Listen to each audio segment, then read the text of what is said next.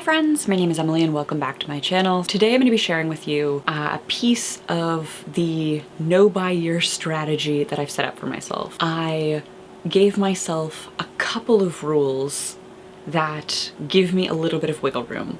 So for example, the book clubs that I host, if I don't own a copy of the book, I'm allowed to buy it. If it's the second book in a series and I'm going to read it right away. The other thing that I gave myself was essentially 4 freebies. So at the end of each quarter, if I feel that I have done well, I am allowed to go through the list of books that I've been keeping, the things that I would have normally just purchased, and I'm allowed to pick one book if I feel like it. I'm conflicted on whether or not to allow myself this, but I thought the first step would be going through the books that I actually have on that list. First of all, do I even remember why I put it on the list? Because I know that I have a habit of going through, like watching a video and just being like, oh yeah, add that to my Goodreads list, add that to a books to remember list. And then by the time I get back around to it, I'm like, I have no idea why this is here. I have no idea why this is on the list. What do I still even want to read? Maybe sample some chapters if I can find sample chapters. Does the library have it? Can I get a hold of it at my library so it's not physically coming into my house, especially if it's something that I'm sort of risking it for the biscuit on, you know? Something that sounds interesting but slightly out of my comfort zone. So that's what I'm gonna do. I'm gonna take you to the screen recording now. We are recording.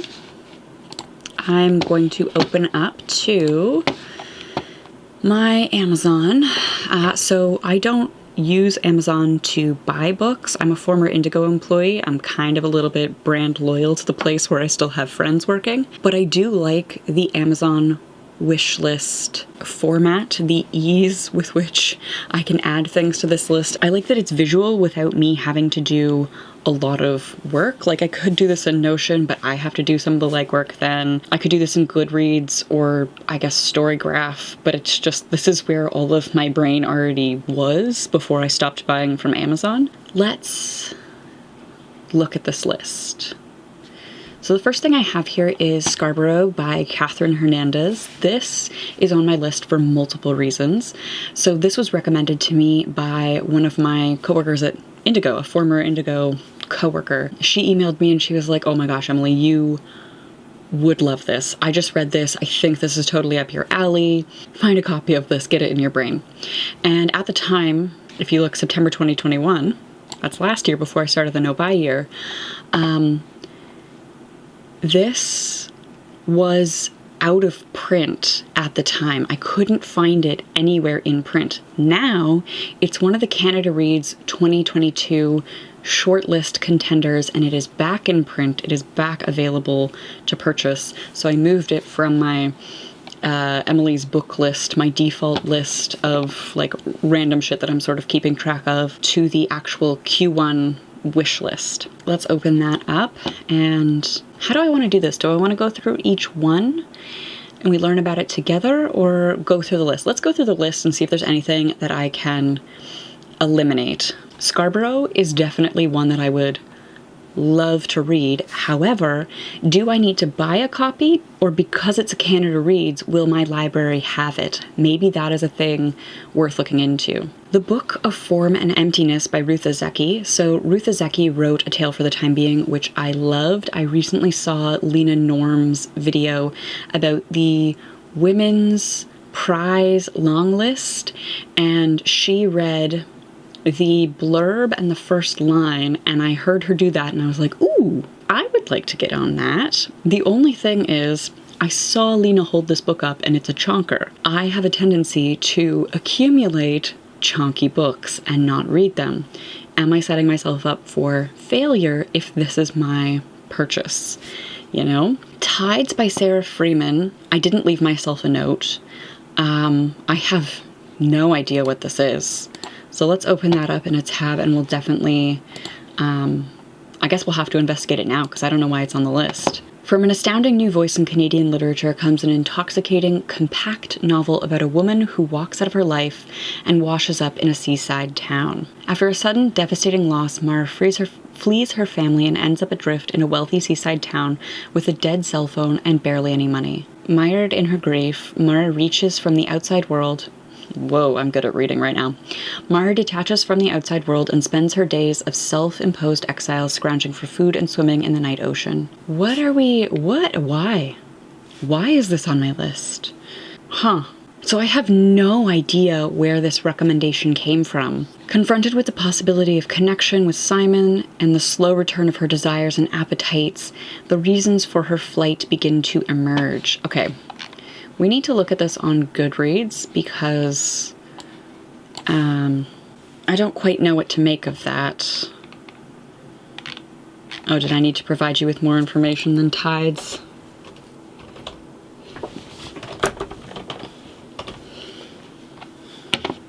There we go.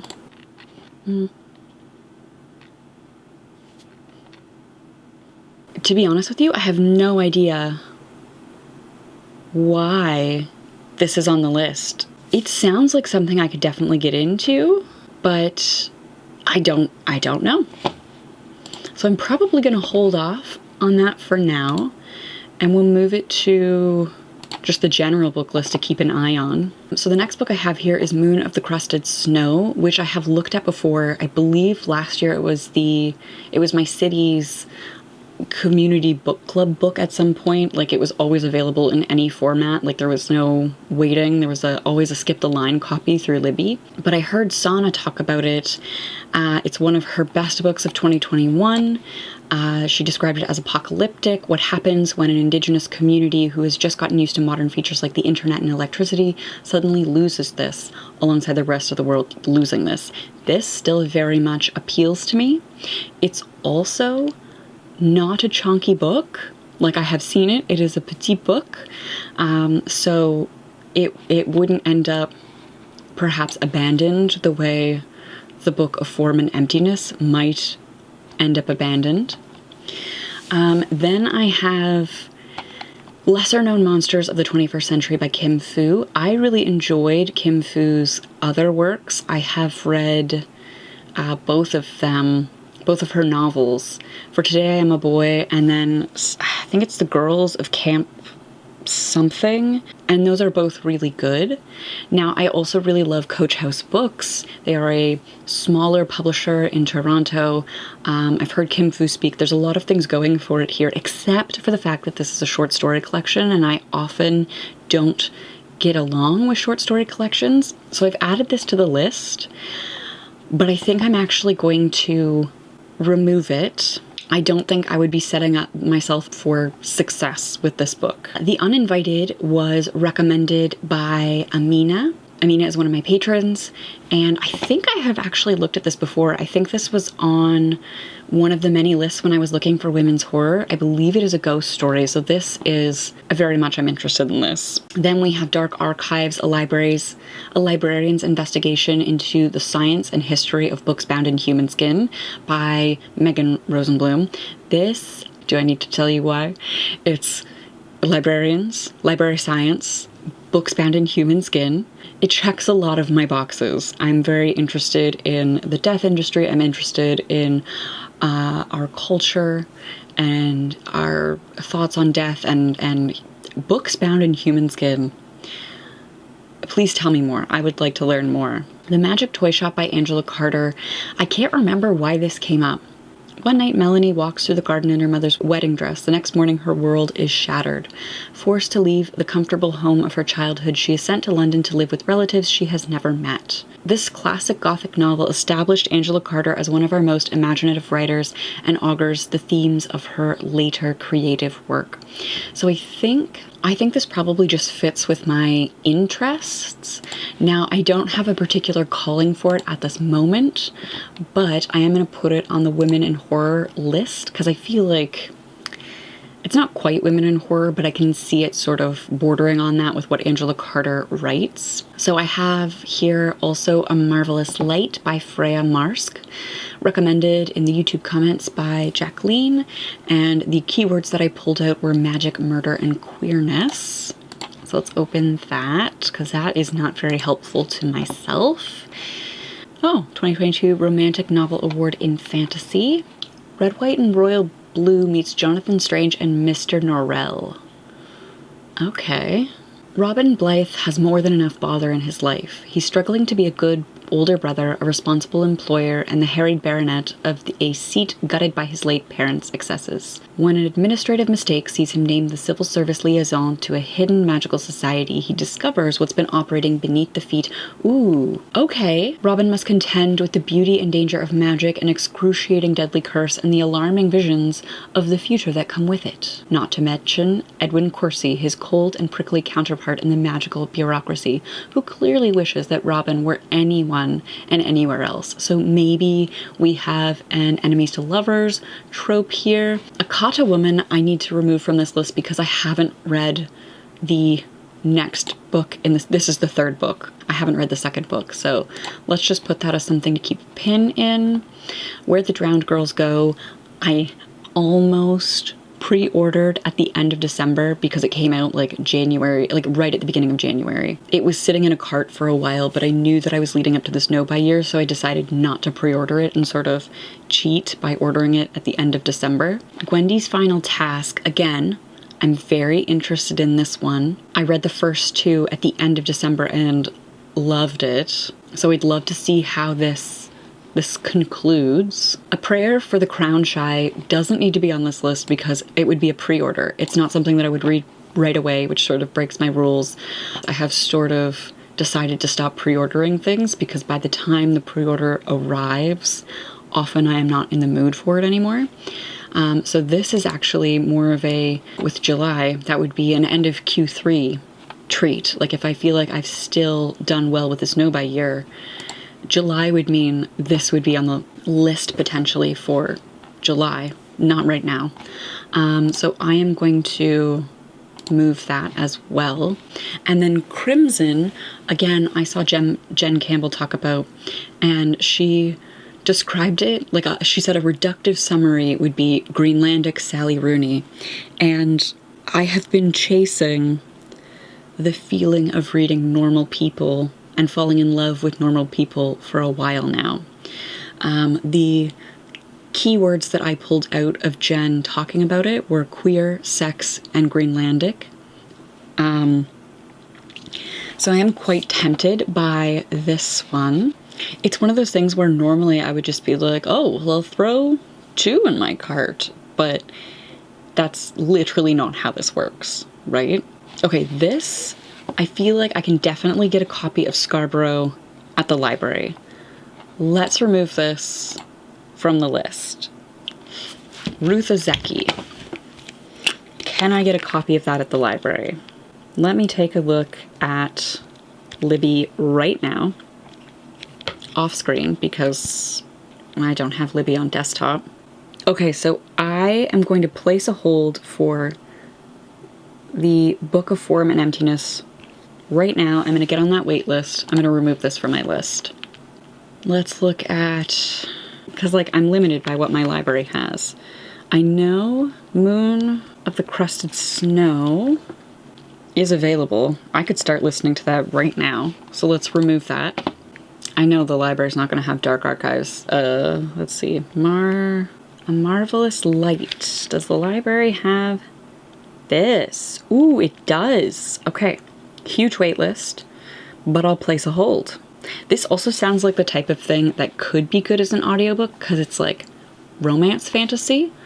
So let's remove that. Let me refresh this page to get rid of some of the things in between. So I have narrowed this down to 1, 2, 3, 4, 5.